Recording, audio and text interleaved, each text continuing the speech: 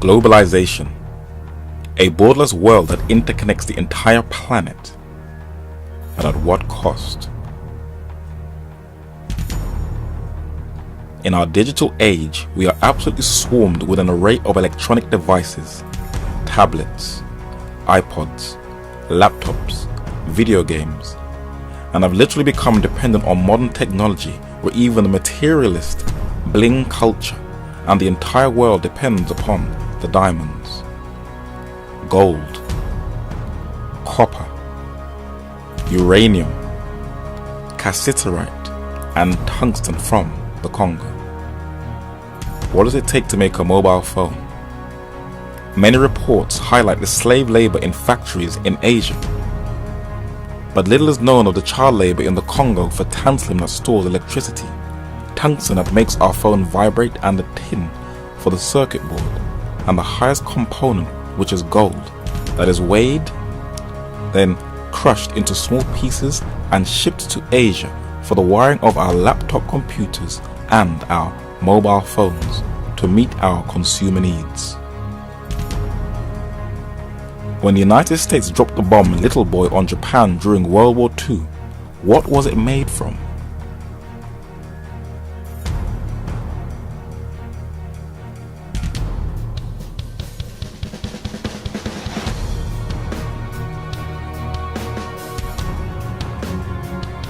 What makes space technology work?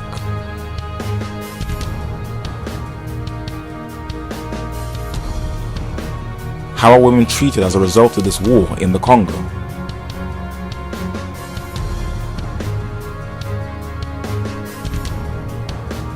The people of the Congo are one of the poorest on earth, but how rich is the country?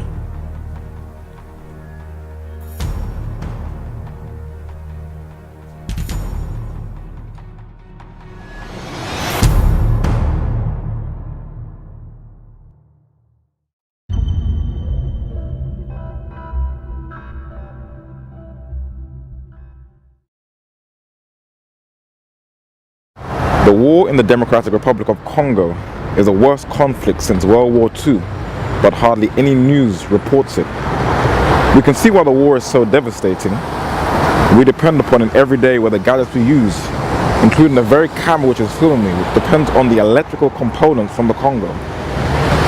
Before we get into this conflict, let us look at a history which is not recorded, a history of Africa which you will rarely see or hear in the churches, in the media, or anywhere. Africa, the land of Kush, is considered as the most war-torn region on the earth. The 53 countries are either still recovering from colonialism or are in some kind of conflict. Most of them are from outside influences that stretch from Mali to the Sudan. There are manuscripts, books, and monuments in England that shows Europe's imperialism way into Africa that has not actually come to an end. But little is recorded of the Arab invasion, where descendants of slaves can still be found throughout the East in countries like Pakistan, in the south of Asia. US soldiers found an Arab-speaking black community in Iraq in Western Asia. There are descendants of blacks from the Turkish Ottoman Empire, African descendants in the Persian Gulf in Iran, and in Yemen in the Arabian Peninsula. There is still a Nubian community from antiquity in southern Egypt. The indigenous inhabitants of the Philippines are not the Orientals, but a community of blacks called the Negritos or the Ati.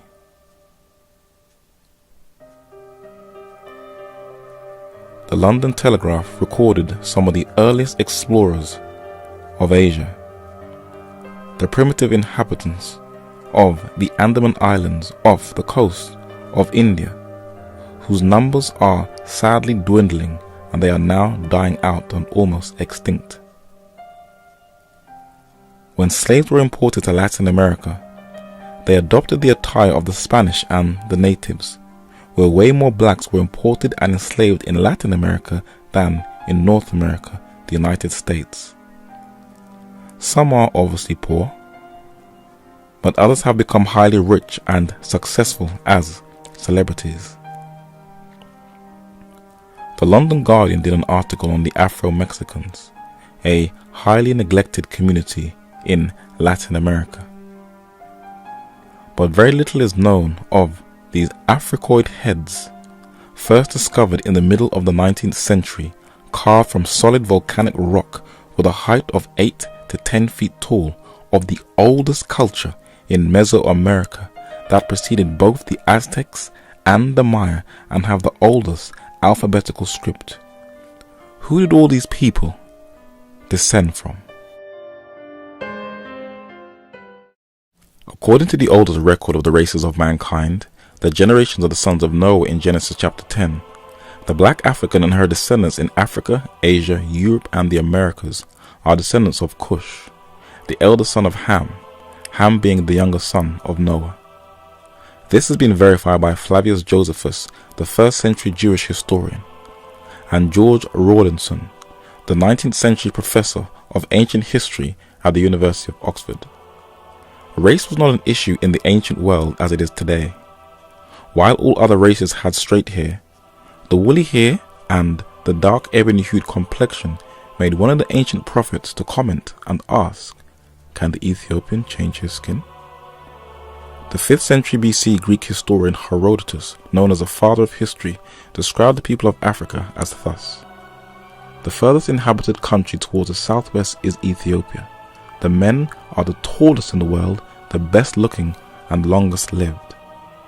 The Sudan is an oil-rich country that has been troubled by famine and war being waged on the blacks by the Arab Muslims in the north.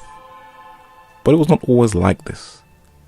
This country was once the cradle of black civilization, with the highest number of pyramids on earth, even more than there are in Egypt, where pyramids are everywhere." In 2008, National Geographic did an article which it said was the most neglected area of study on antiquity, the Black Pharaohs. When incense burners were discovered in the Sudan, a close observation confirmed that there were pharaohs in the Sudan that preceded the pre-dynastic pharaohs of Egypt. Though it is a highly neglected area of study, one of these kings' legacy has been preserved on a 24-foot manuscript of the Dead Sea Scrolls in the book of the prophet Isaiah. His name is Taharka, and he is mentioned twice in the Holy Scriptures. He formed an alliance with the 14th king of Judah, Hezekiah, to defeat the Assyrians and expand this African empire which stretched from the Sudan to the Mediterranean Sea.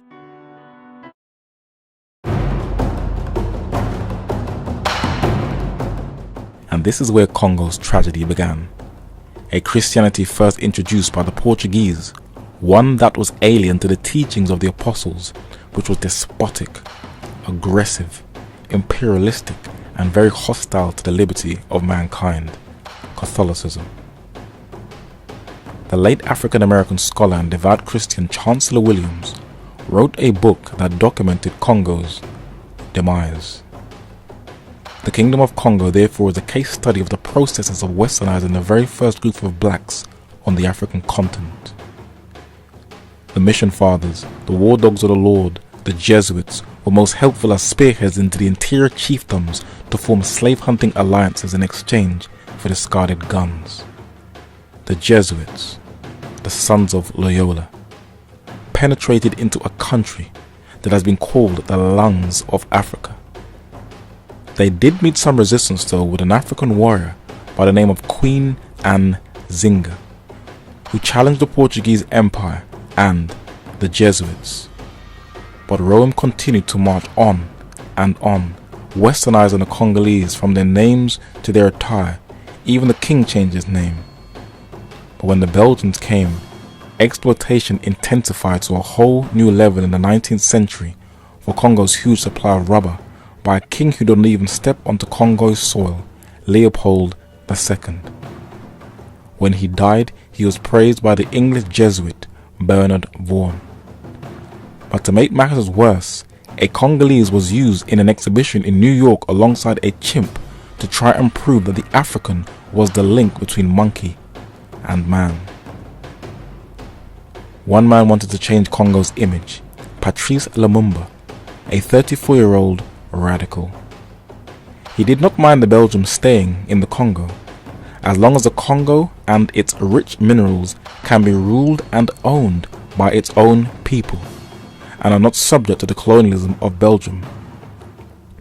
But his presidency ended after only 10 weeks, for he was overthrown and assassinated by a coup that was led by colonial-minded Congolese soldiers.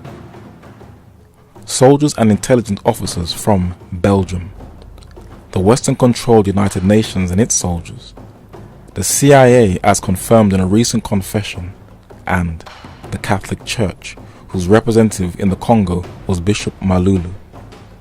The ecclesiastical hierarchy was the most important Congolese source of support for the coalition of Western powers. Catholicism was the state religion.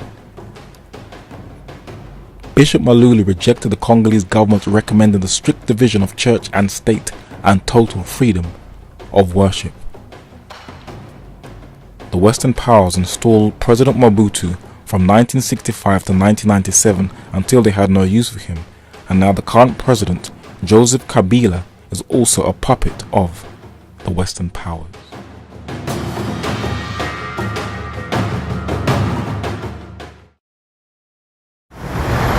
It can sometimes be very hard looking at war and the horrors.